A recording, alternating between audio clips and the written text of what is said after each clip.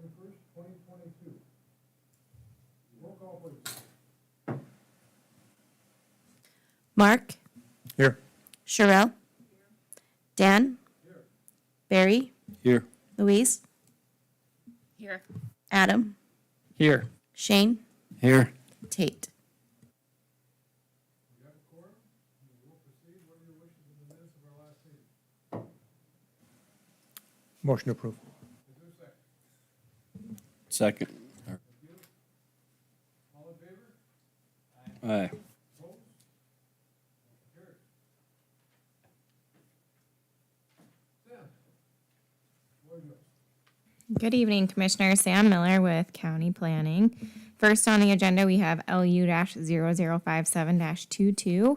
Brent Lonis, on behalf of Hess North Dakota Pipelines LLC, is requesting a zone change to heavy industrial in a comprehensive plan amendment for approximately 176 acre parcel. This property is currently within the agricultural zoning district. The applicant is also working through the minor subdivision process to create 2 lots from the existing 3 parcels. Both new lots will be over 40 acres in size. But the 176 acres, which is the acreage that Hess is purchasing for their proposed project, they are looking to rezone to heavy industrial with that comp plan amendment, and then the other around 54 acres will remain in the agricultural zoning district and be used for agricultural purposes. So just a little bit of background on this project and what they're proposing to do. So just in speaking with representatives from Hess, they are proposing a compressor station, 2 compressor stations to compress low pressure well production gas from an existing pipeline network to the Tioga gas plant. So as you all know, compressor stations are not a regulated use by Williams County. We leave that to the NDIC to regulate.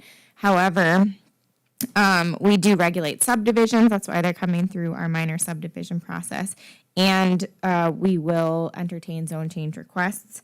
I asked Hess to provide a little bit of a purpose statement on why they want that zone change and subsequent comprehensive plan amendment. And Mr. Lonis, I'm sure, can speak to that as well. Prior to development of this use, because they are disrupting over an acre of land, they will have to gain approval from the Williams County Water Resource Board and have an approved stormwater management plan. They did go to the Water Resource Board. Their plan did on June 22nd, and they received conditional approval for that. The site will be accessed from 104th Avenue. Proposed traffic volumes are included in your packet. During civil construction, you're gonna possibly see between 15 and 20 gravel trucks a day and 5 to 6 cement trucks a day. Proposed traffic volumes during construction include approximately 200 semi-loads. They are planning to do this in phases, so that's why in here you'll see certain time periods, January through October, January through March, etc.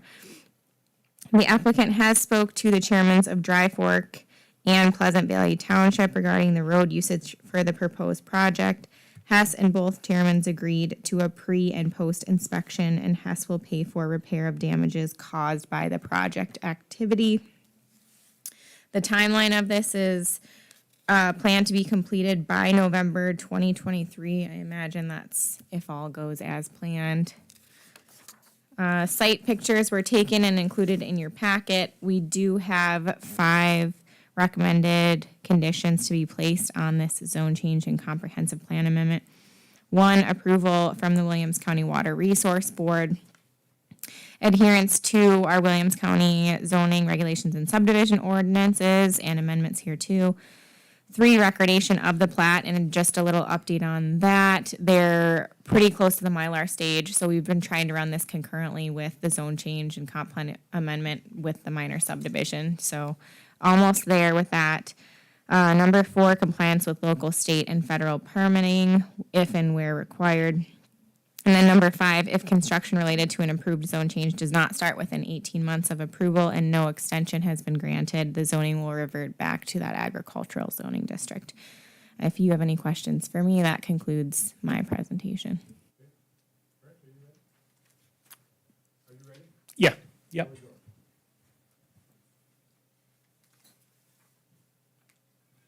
Oh, what would you, you have your question, or?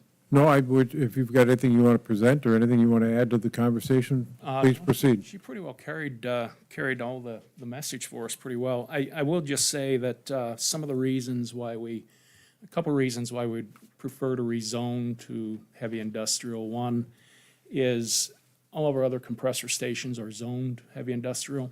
For us, it's better to have that zoning consistent.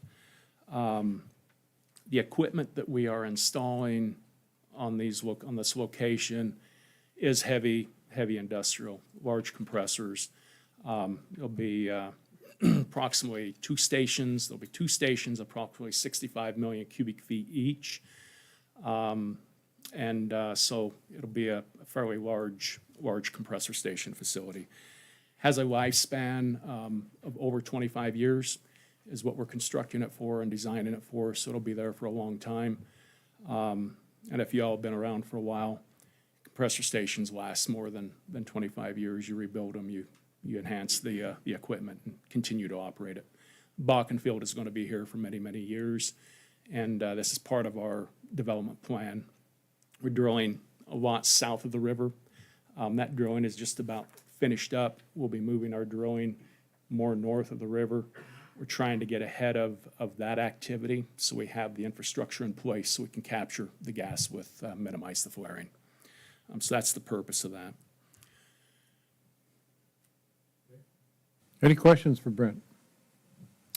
Yeah, I've got a couple. 76 acres in the whole area? You're asking for more land or what? Yeah, it is a fairly large parcel. There's a couple reasons for that. One, this particular parcel for us is very strategic. It's adjacent to one of our main pipeline corridors for the gathering coming from the field, and also the pipeline that goes from that location up to our Tioga gas plant. So it's right adjacent to that. So for us, it's very advantaged for that. There's Montreal Williams Electric substation very near there. So that will be easy for construction. I say easy, we got to get the easements and everything for that, but it's very conveniently located for us.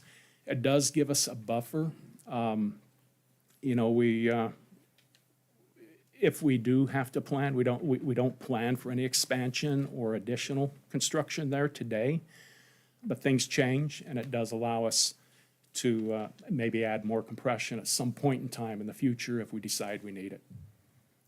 So it's just an advantage piece of property for us that is well located for our uses. The second one, I realize we're just doing the zone change, but does the state regulate like noise level and stuff? Is there neighbors anywhere close that's going to be affected, or what type of noise comes out of I'm this? not aware of any neighbors close. No, okay. Megan in the middle there, she's with our land department. I don't believe there are any neighbors close to that. They will be electric drive motors, not the traditional gas drive motors that are noisy and loud. These will be relatively quiet electric motors driving the compressors. Any other questions? Yeah, I got, wouldn't it say you're gonna use 104th, wouldn't it? Because this is gonna be about, what, halfway down 59th, right? Give or take.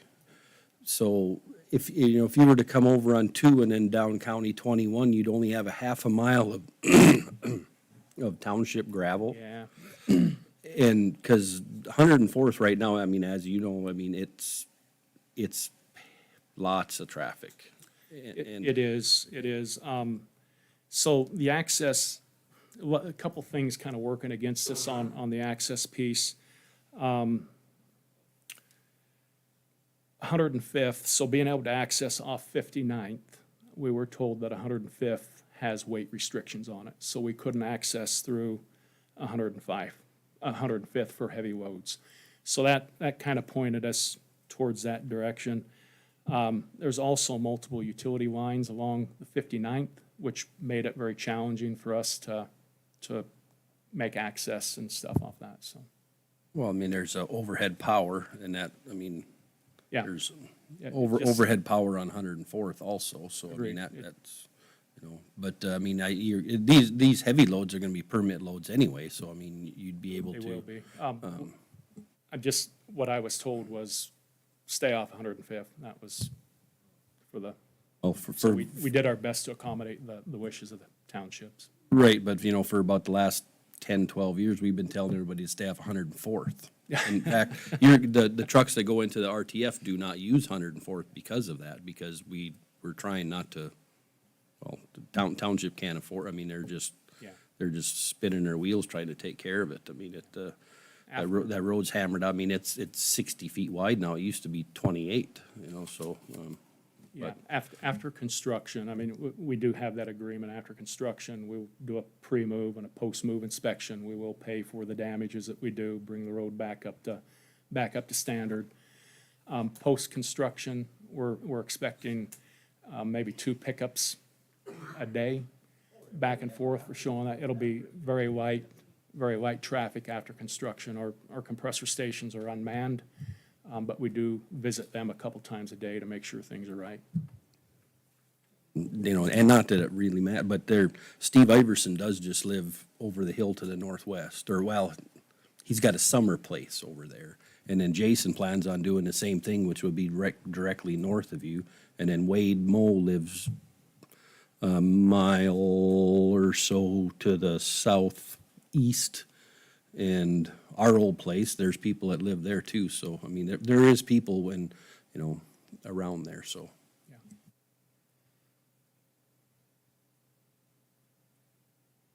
And not, just my curiosity, how many there's 2 plants, how many compressors per plant? 8, okay, 8 compressors per plant. Yeah. Yeah, it'll be, This will be, 159th is 5 miles south of Highway 2.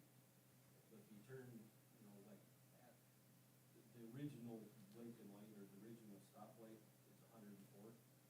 Just go 5 miles straight south and be half a mile to the west. So this is all the Newark, New Jersey stuff, the rest of it. That's right, yeah. I don't know what happened. Did you Go ahead, mention, Louise. sorry, yeah, did you mention it was, I mean, the land fit, because you had a site adjacent to it? Where was the other site located? the other site, the 2 compressor stations will be next to each other, or That existing site? the what? I mean, maybe I misunderstood you, but did you say you already have an existing site out there? No. We have it's adjacent to our pipeline corridor that runs essentially adjacent to that parcel property.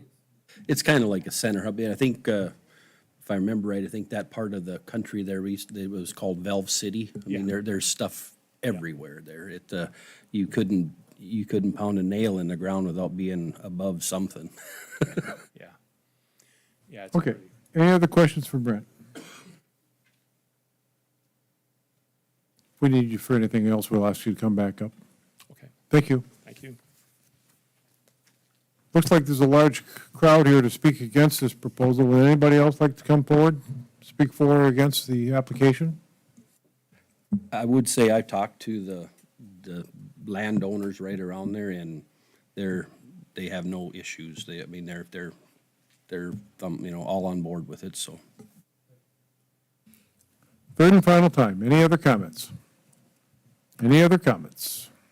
I'll turn it over to the board. What are your wishes?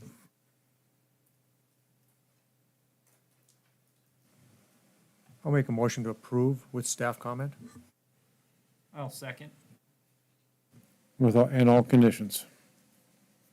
Oh, yes. Further discussion? Roll call, please. Sherelle, Yes. Dan, I'll be voting last on this one. oh, sorry. Mark, Yes. Adam, Yes. Shane, Yes. Louise, Yes. Barry, Yes. Dan. Yes.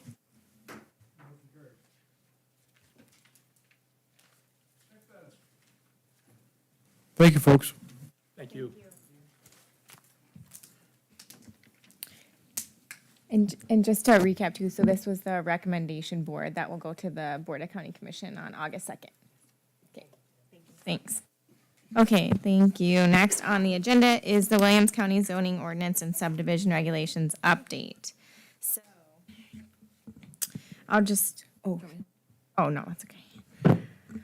I'll just give a little bit of a project overview. So on March 3rd, 2020, the Board of County Commission entered Williams County into an agreement with Land Solutions LLC to assist our department with the zoning map update, which, as you remember, that happened a few months ago, and the zoning ordinance and subdivision regulations. So the majority of the changes that we needed Land Solutions help with were formatting issues, grammatical issues that we were just sick of looking at since 2015.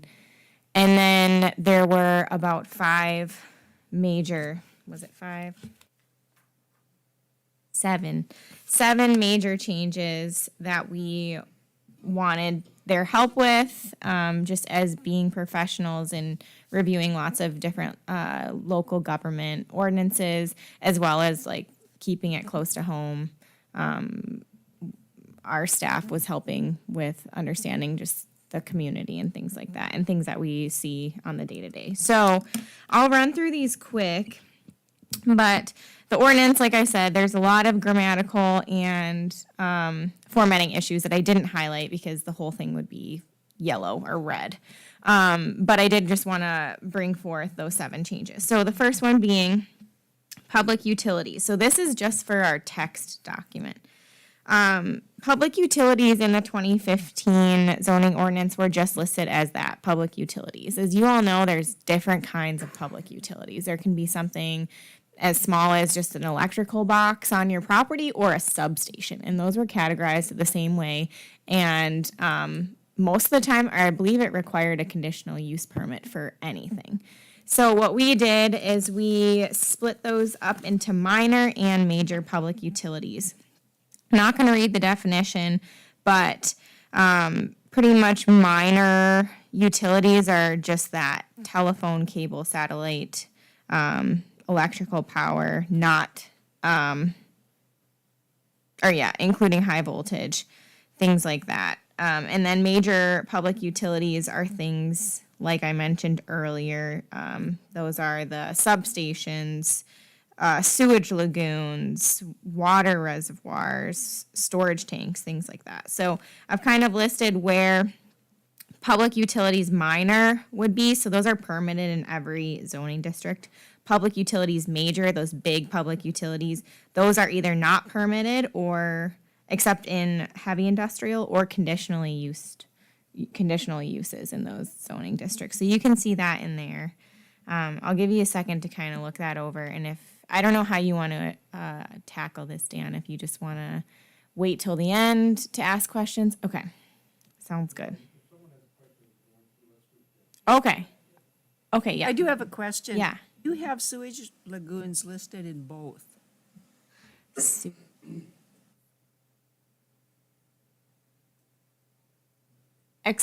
Excluding sewage lagoons in minor. So services such as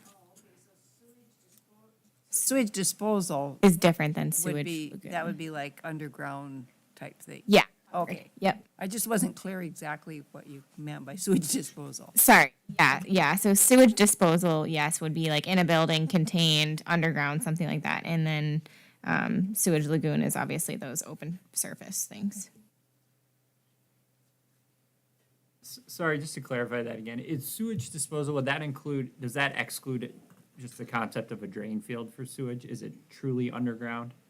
Yeah, so pretty much anything small scale, just think of public utilities minor. So yeah, like if you have a drain field in your yard, that obviously wouldn't need, that's just a permitted use in any zoning district. But if you have these like large scale public sewage lagoons that like the city has, those would be a conditional use or permitted only in heavy industrial zoning districts. So just the really intense, heavy nuisance uses would go into that public utilities major. And if something like everything in our ordinance, if it's not clearly defined, we kind of make that determination as staff. And if we don't know where that falls into, that's when we can come to the planning and zoning or board of county commission for a little guidance. I guess my question would just be like, a drain field being permitted in urban residential, is there another way? I'm sure we don't want drain fields in all urban residential. Is there another way we would prevent that from happening? So a lot of that actually has to do with the Upper Missouri District Health Unit anyways. For us, it's just kind of a permitted thing. As long as they have all the proper permits from the state or the health department, we can't really stop that. Yeah, because you're required to have, I think, 40,000 square feet for a septic, It's like right? an acre, yeah. Well, Just about. just about an acre, yeah. So what's an acre, like 43,000? Yeah. Sam, on this deal, then, what do we do with that commercial lagoon that would, it's up north on 85, just past the Blacktail turn? Do we have to rezone that then, or? No, so it'd be everything moving forward. If they wanted to expand, then they would look at a conditional use permit, but as is, everything's like grandfathered in. Okay. So next, we have home occupations. So I don't know if you noticed, but we definitely notice as staff, we kind of go through periods of like 20 home occupations, 0 home occupations. It just kind of, it goes up and down all the time. But currently, home occupations require a conditional use permit in agricultural, all 3 residential zoning districts. So what we've kind of run into with these is they aren't very necessary. Most of the time, they're very small scale. They do it in their garage. They only do it in one room. A lot of it's internet based nowadays. And so it's just kind of, we feel like it's an overregulation of our current ordinance. So what we're proposing with this is that all home occupations are permitted use in agricultural, rural residential, urban residential, and existing small lot residential. So ag and all the residential zoning districts. Home occupations shouldn't exist in any other zoning district because they shouldn't have homes in those zoning districts. What we have included in the new ordinance is a chapter that lists all of the criteria that have to be met for home occupation. So if someone calls and says, hey, do I need any permits for a home occupation? We run through that list saying, I can even pull it up here if you're curious.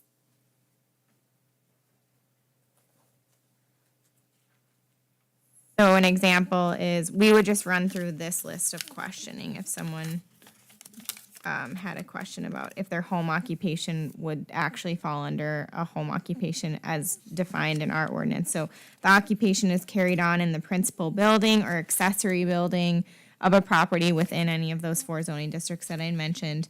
The occupation is carried on by a member or members of the immediate family and up to 1 additional employee. I mean, there's 13 different criteria. I probably won't run through them all, but no outdoor storage or display of products, won't generate any more traffic greater than you would normally expect in a residential neighborhood, no mechanical equipment, only 1 home occupation is permitted per parcel. The one thing we added in was customers visiting the premise need to be made by appointment only and during regular business hours is to not disrupt the character of the neighborhood. So if someone called in and said, hey, would my home occupation need any permitting, we would say, well, do you meet all of these criteria? Yes, I do. Then no, you're in the right zoning district. You're good to go. Get all of your permitting you need through the state if that's what's required. A lot of the times, like, or federal, we see people doing those like gun sales in their home, and as long as they have all the proper permitting through that federal agency, then they're good to go. So that's another addition we made. And then in the staff report, I just listed some examples of customary home occupations as intended by this section, just so people, I didn't want to put that in the ordinance, and Cameron and I had talked about that. We didn't want to list different home occupations. You know one if you see one kind of thing. So, yeah. But I did put it in here just to reference back to like the intent of the home occupation. Does anyone have any questions on that section? Okay, moving on. So number 3, mobile food units. This is a fun one to research. So as you all know, mobile food units or mobile food trucks, I guess as we call them, they kind of fall in this weird gray area. They're mobile, but a lot of the times in the county, they operate as if they're temporary. They don't move from a specific property, and we were running into issues with that. Like for the state, they need permitting through the state, but we also had permitting, and we weren't talking, it was just, so we wanted to clear things up. So what we did was we made mobile food units allowable through the CUP process in ag, rural commercial, urban commercial, public. So that's all of our state park or all of our parks. And that includes like mobile home parks too, and light industrial zoning districts. So once approved through the CUP process, we have included a chapter in the ordinance that is specific for these types of uses. This section has been added to the list. This section has been added to list mobile food units as a use, as well as add a section in the ordinance pointing the public to the purpose, location, and intended use and effect. So really what we would need in addition to the conditional use permit is a dimension site plan with the traffic plan, hours of operation, site access, written plan verifying emergency medical care and transportation. So what this is essentially doing is making this temporary use a permanent use, since that's how they're operating anyways. Does anyone have any questions about that one? And the ice cream truck can go wherever it Yes. wants. Okay, so that's a good point. So think about it like this. So if you're truly mobile in nature, you're going from place to place to place. You don't have a location that you say, this is my home base. You don't need any permits through the county. You can operate, you're truly mobile. If you operate from 2 to 14 days on a property, you can get a temporary use permit through us, which is a low cost fee, and you can do it 4 times per year. If you're beyond that 2 weeks or that 14 days, that's when you apply for the conditional use permit, and now you've become a permanent fixture attached to that property. Whether you move it off or not, you have that conditional use permit to operate on that property until you either violate one of these criteria or you move off the property permanently, and then it just becomes voided. So if you have 2 spots you operate at and you're at one for over the 14 days and then you move to your other one, will that conditional use permit follow you to your other spot? So it stays with the property like other conditional use permits. And why that is because what we look at here with like your traffic plan, are your neighbors okay with that? We need to do that per site. So that's why it follows the property and not the person or the truck.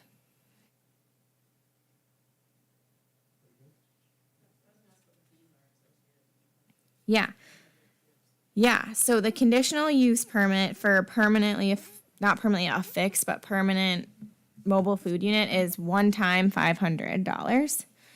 And then what we're proposing also later on in this presentation, we're proposing a new fee schedule. And so that's gonna be $35 a day for a temporary use permit. And that actually ends up being, if you do it for the full 14 days, it ends up being under $500. So that's for the full 14 days. It's like $490 or someone who can do quick nap.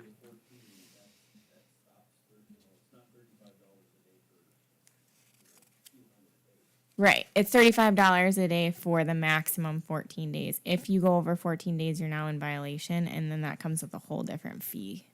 So you were gonna charge them $35 a day for, say, if they set up their taco truck and they were here for, nice year, if they were here for 7 months, operating. So they'd only get 14 days. If they were gonna do it for 7 months, they would apply for the conditional use permit and then pay that $500 to operate there. If they did it for 7 months, that's fine, but if they could do it for as long as they wanted, once they get the conditional use permit.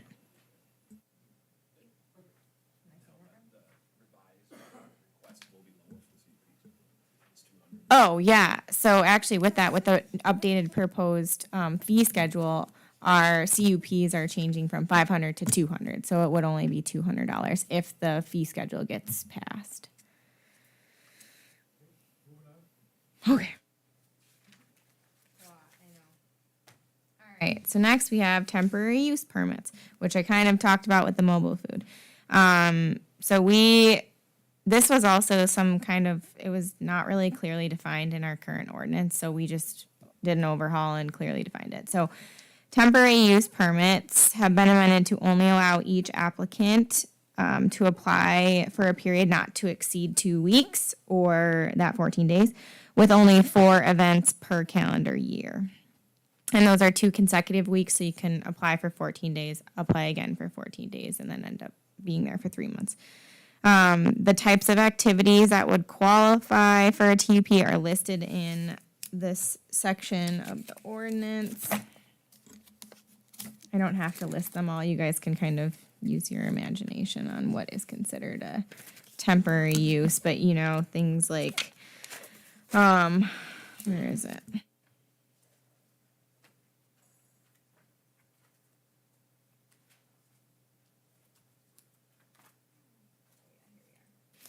Carnivals, musical events, political rallies, rodeos, fireworks stands, which we do see a lot of, public gatherings for a single purpose, temporary buildings or storage yard for equipment, and then mobile food units. These are not limited to any certain zoning district. We just kind of, when we get a temporary use application, we use our discretion to see if it's an appropriate use for that area and how long it's going to be there. Questions? Just a clarification on the 4 events per year, like as it applies to mobile food trucks. Would a mobile food truck only be able to come to summer nights 4 Thursdays a year? Is that the concept? Or Yeah, so this would exactly. It'd be out at like Lewis and Clark or Blacktail or something like that. Yeah, so if they were there for one day, like let's say they want to be there on Saturdays every weekend in the summer, they wouldn't really need a temporary use permit for that because we do like 2 days to 14 days. But if they were going to stay up there for 14 days and then take a break and apply for another permit for 14 days, they could do that too. They just couldn't consecutively stay there. Is this the final draft of the application? Yeah. Has to come out and do a check. Fire inspector. The amount of people, if it's a 3,000 person event or like a 30. I don't even know do you know if he would do that? So he's the fire inspector. I guess if it's not a permanent structure, he wouldn't really.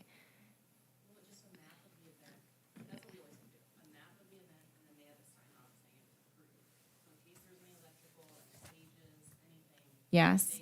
So yeah. Typically, the county doesn't do that. These are not something that we have very often, these types of events like the city does. So we don't really have. Well, that's what I was gonna ask. There's 5 parks and we're having concerts at each one, but you can only go to 4 then, right? If you, say if you had the taco truck, you'd only be able to go to 4 of the 5 concerts then with this 4 event per year thing, or? One-day deal. Yeah, it's just a one. One day you're okay on. Yeah, one day you're okay. Over 2, you're okay. Right, but it says 4 events per calendar year. Well, I would just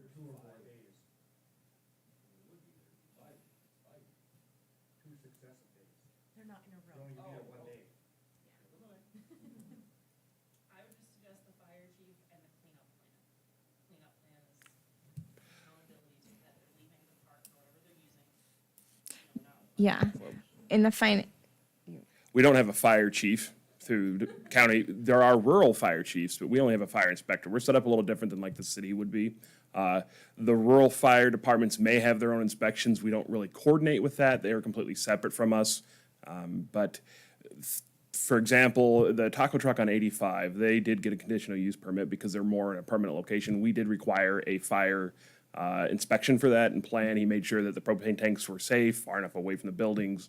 So in those situations, we do send out our fire inspector. But as far as bazaars, carnivals, things like that, we've never really had a plan set up like that.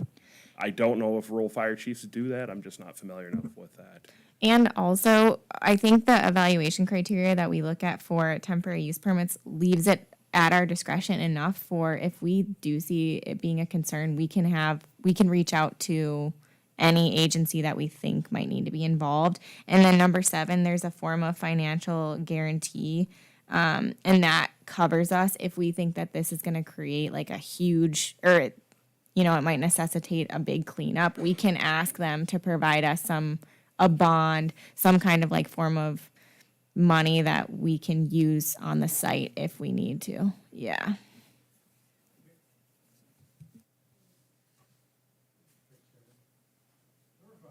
Okay. Administrative variances. So we, as y'all know, we have variances that can come before you all and the Board of County Commission. Those are for like big scale adjustments to our ordinance. We have these minor variances called administrative variances, and that's what we as staff have the authority to say yes or no to. There was an administrative variance that was listed in there, basically allowed for any subdivision of agriculturally zoned land to be recorded without a zone change. So we just want to remove that as an option. So basically, if I was to come into the planning and zoning office, I was going through the minor subdivision process for my 40 acres. I wanted to create 2 acres. Subdivide that off without having a zone change. Technically, through this administrative variance, they could have applied for that and been able to do that. We have taken a stance, or we've been provided a direction by the Board of County Commission that anything underneath 40 acres needs to be rezoned into that rural residential zoning district. So we're removing that from our ordinance, and instead we're replacing it with so this is what the new one would say, is the creation of lots with irregular shapes. Lots with irregular shapes, such as those with narrow necks, points, and flag-shaped lots, shall be permitted only when the subdivider can demonstrate that the proposed lot design is necessary due to unique topography and other constraints. And so why we put this in there is we see a lot of these like weirdly shaped lots all throughout the county that I'm not a fan of. I don't think you guys are a fan of them when they don't really make sense. So this gives staff the discretion to say, yes, this makes sense. I understand why you want this flag lot based on fence lines or like listed in here, topography issues, something like that. But if you just want it to be fun or funny, like, no, we're not going to allow you to do that. Yeah, I just wanted to create a smiley face lot. No, sorry, you can't do that. So that gives us, so if someone really wants that smiley face lot, they can apply for an administrative variance and we can review it. But that at least gives us a discretion to make that decision on our own instead of bringing it here for you all to review when it's probably not necessary. Any questions on that one? Okay. So number 6, development agreements. We wanted to add development agreements into the minor subdivision section of the ordinance. Currently, it sits in the major subdivision. I can just refresh your memory. So a development agreement is an agreement that is made between the owner or the applicant of a piece of property and us to ensure that those owners take responsibility for infrastructural improvements within that subdivision. So a lot of the times that's for subdivisions that are 6 lots and over. A lot of the times they need roads, they need water, sewer, lighting, whatever else, and they need to pay us some sort of form of financial guarantee to ensure they don't skip town and don't put those roads in. So obviously that's a great thing to have. We want to include it in the minor subdivisions as well, because you still possibly have the ability to need roads, infrastructure like that for 5 lots and fewer. I mean, it's still important that all of those lots have roads and infrastructure. So that's why we wanted to include it in all subdivisions, regardless of how many lots you're creating. If we find it necessary, we need the applicant to enter into those development agreements with us to ensure that we don't have parcels being created without adequate access to them. Would it be possible to have them chiseled in stone and then put on display on the walls here I so that we know. could all reference them at any time? Yes, yes, I wish. I don't think The so. greatest aggravation that we have Yeah, is all these developments with no roads. I know. We have to deal with complaints like that, and you feel for these property owners. And it was just a case of this is before we required development agreements, and now these subdivisions are. It's hard for us to go back. We can't really do very much for them. At the But- very least, could we put them in the file drawer under Granite Peak Development, Terry Metzler Incorporated? I don't know. It's a little, yeah. Anyways, I just have some strong feelings about this. Does anyone have any questions on development agreements? Okay. Number 7, architectural standards. We just removed this from our ordinance. This was a very intense section of our past ordinance that talked about how we had to use certain building materials and how the facade had to match other facades in the area. And we're the county, and we've never really required that. So if we're not using something in the ordinance, we just wanted to take it out. Any questions on that? Okay. So with these changes, like I said, we are proposing to update our fee schedule as well. You can see that we have the old fee schedule included and the new fee schedule included in your packet. We are not increasing the fee of anything. If anything, we are reducing conditional use permits, zone changes,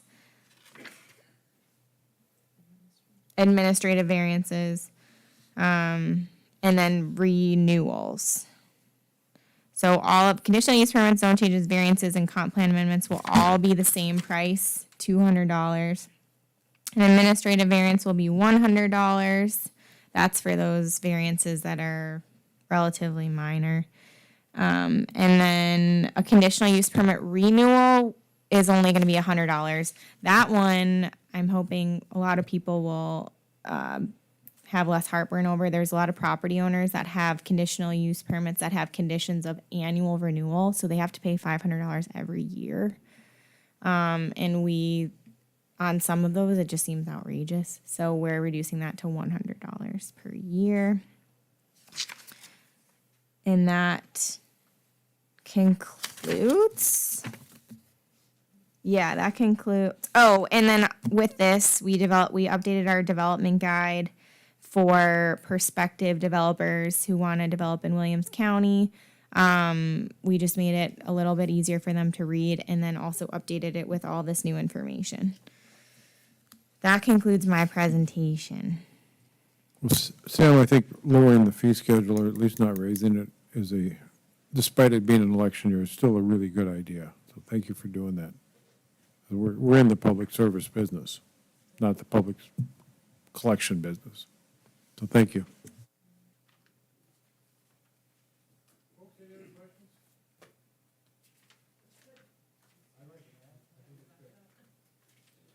And then this will go on to the board Yes. for approval? Yes, and then I put a recommendation, if you do recommend approval, down below, only because I wanted it to just include both the zoning map ordinance and the subdivision regulations ordinance, because I put two of those in there. So then we can have something that goes on record showing we did this update on August 2nd of 2022. So then future planners, future people have something to reference in our record. So in saying that, are you saying that you're going to bring it back to the next meeting for approval? No, so August 2nd would just be the final decision for the Board of County Commission. And do you want a motion from this board? Yes, please. Okay. Someone want to make a motion to approve the changes? And it's listed in your staff report. If you want to read that verbatim, please.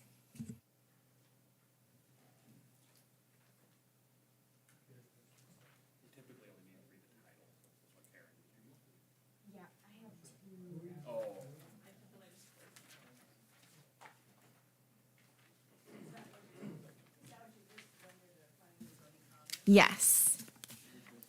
Okay, I make a motion that we recommend approval of the ordinance amending the countywide zoning district map and ordinance amendment of 2015 zoning ordinance and subdivision regulations and amendments hereto and the 2022 fee schedule.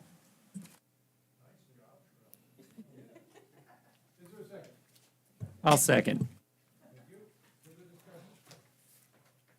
Hearing none, roll call, please. Mark, Yes. Barry, Yes. Sherrill, Yes. Louise, Yes. Adam, Yes. Shane, Yes. Dan.